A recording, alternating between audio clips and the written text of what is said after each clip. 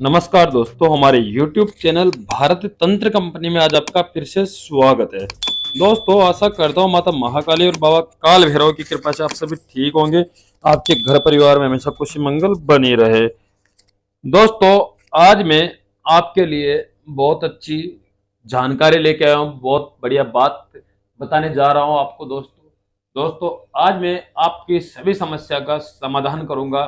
जो लोग तंत्र क्षेत्र में नए हैं उनके लिए बहुत अच्छी बात है, और जो तंत्र क्षेत्र में आना चाहते हैं और जो कोई साधक व्यक्ति कोई मंत्र सिद्धि कर रहा है, प्राप्ति कर रहा है, कोई सिद्धि शक्ति की साधना कर रहा है और उसको सफलता नहीं मिल रही है, तो इसकी मैं आज आपको बहुत अच्छी बात बताने जा रहा हूं। क्यों आपको बार बार असफलता मिलती है और क्यों आप सफल नहीं होते।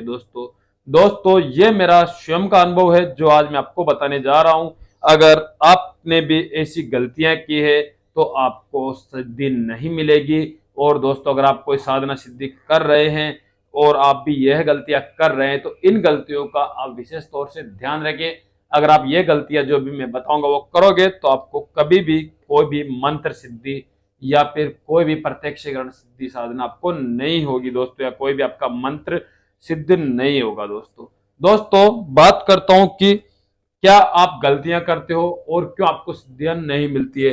दोस्तों, सर्वप्रथम अपन बात करते हैं पहली गलती की, कि अगर आपने मान लो कोई माता महाकाली या बाबा काल भैरव या प्रेत, जिन जिन्नात, यक्ष यक्षिणी, किन्नर, गंधर्व, भूत प्रेत, चुड़ैल आदि की साधना कर रहे हैं, या फिर कोई मंत्र सिद्ध कर रहे हैं, काटन का, उच्चाटन का, मारण का, कोई सा भी वशीकरण वगैरह कोई आप मंत्र सिद्ध कर रहे हैं, अगर उसमें विधि विधान बताया गया है कि आपको सामने तस्वीर रखना है तो आपको उसमें तस्वीर रखना ही होगा। दोस्तों, अगर आपको बताया गया है कि उसके अंदर आपको लाल हकीक की माला या काले हकीक की माला या रुद्राक्ष की माला लेनी है तो आपको वो लेनी ही लेनी है, तभी आपको उसमें सिद्धि मिलेगी। दोस्तों, सर्वप्रथम आप ये गलती करते हैं कि आपको बताया जाता है कि आपको काले हकीक की माला से जाप करना है, फिर साथ में वीडियो में ये भी बोला जाता है कि अगर आपके पास काले हकीक की माला नहीं है तो आप रुद्राक्ष की माला से जाप कर सकते हैं। दोस्तों, ये साधक की मनगढ़ंत कहानियां होती है, यूट्यूबर की मनगढ़ंत कहानियां होती है। अगर वो पहली बार बोल रहा है कि उसको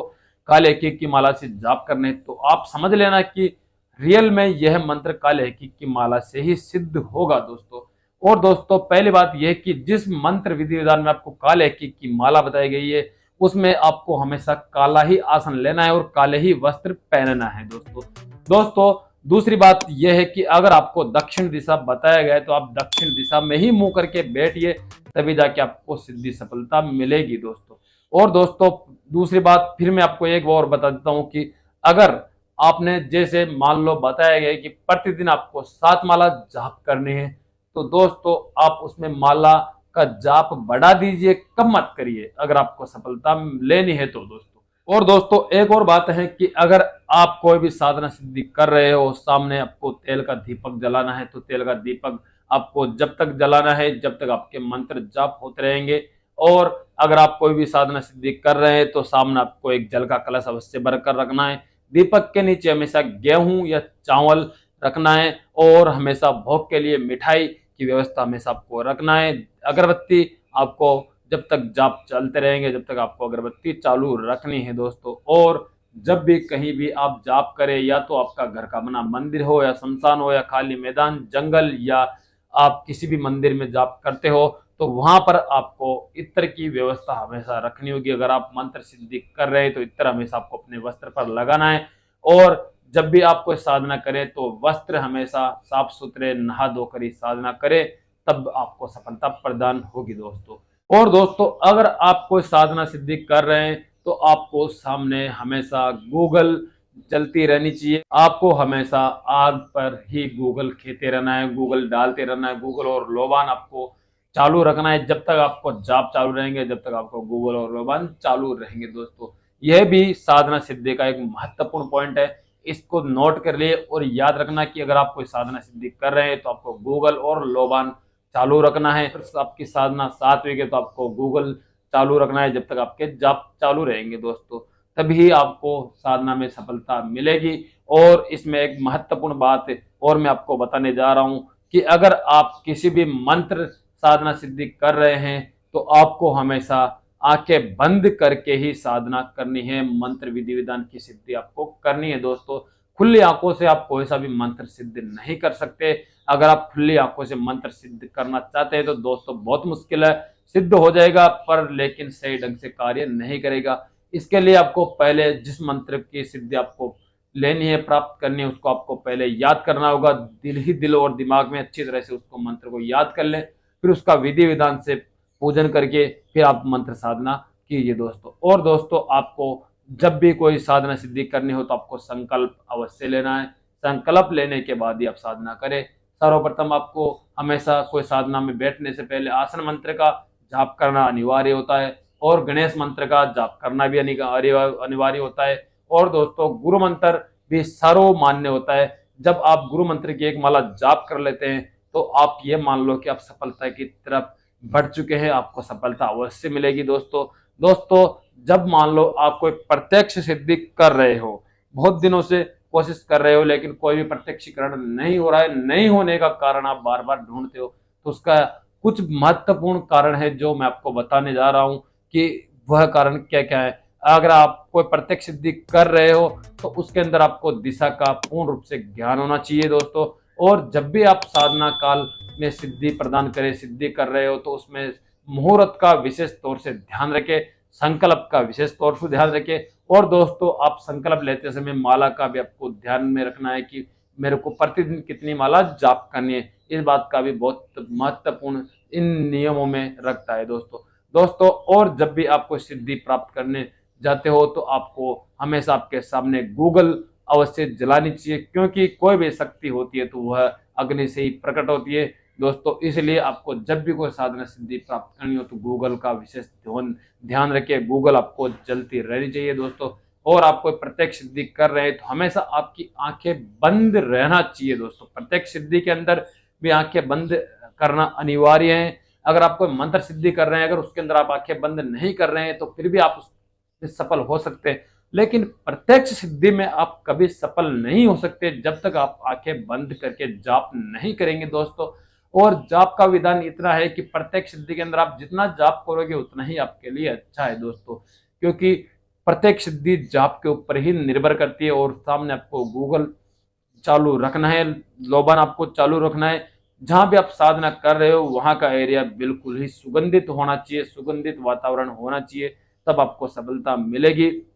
अगर आप घर पर करते हैं तो घर पर भी इत्र वगैरह छिड़क कर पूरे पूजा रूम को, पूजा मंदिर को अच्छी तरह से खुशबूदार बनाए रखे, तब आपको सफलता मिलेगी दोस्तों जब भी आप प्रत्यक्ष सिद्धि करें, जैसे आपने माता महाकाली की प्रत्यक्ष सिद्धि की है तो आप सामने माता महाकाली की तस्वीर अवश्य रखें। बाबा काल भैरव की कर रहे हैं तो सामने बाबा काल भैरव की तस्वीर या मूर्ति उनके सामने अवश्य रखे दोस्तों। साधना हमेशा सात्विक करनी चाहिए, तामसिक साधना नहीं करनी चाहिए, क्योंकि तामसिक साधना हमेशा नुकसानदायक होती है दोस्तों।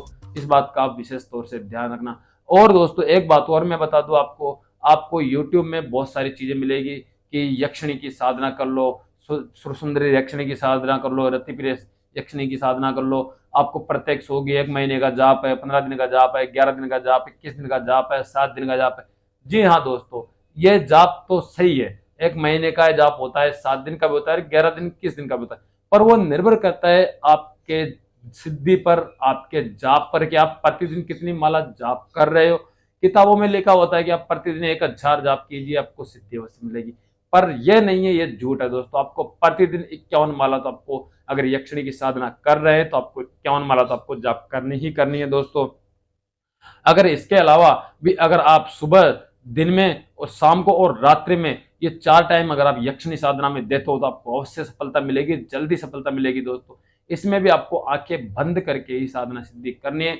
यूट्यूब पर बहुत सारे लोग ये कहते हैं कि आपको खतरनाक अनुभव होंगे, आपकी परीक्षा लेंगे, वो ऐसा कुछ नहीं है दोस्तों अगर आप किसी शक्ति को याद कर रहे हो तो वो आपको नुकसान क्यों पहुंचाएगी दोस्तों। हाँ, वो आपकी परीक्षा ले सकती है। परीक्षा किस आधार पर लेगी दोस्तों?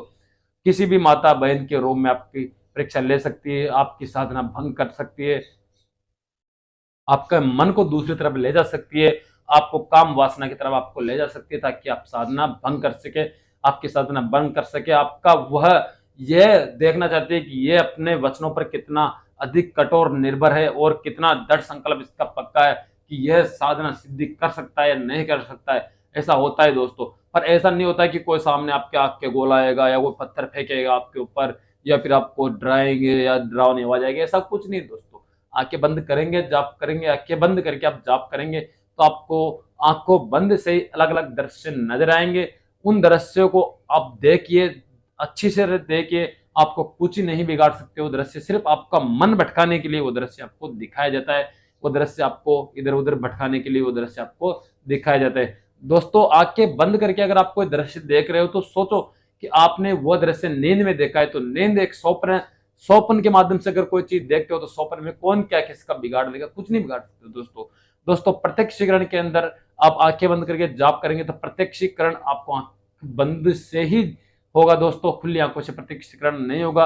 आंख बंद करने के बाद आपको अगर कोई शक्ति आवाज लगाती है तब भी आपको आंखें बंद रखनी है। अगर आपने आंखें खोल ली दोस्तों तो ये मान लो कि आपकी साधना असफल हो जाएगी। आंखें बंद करके आपको प्रत्यक्षीकरण साधना करनी है दोस्तों।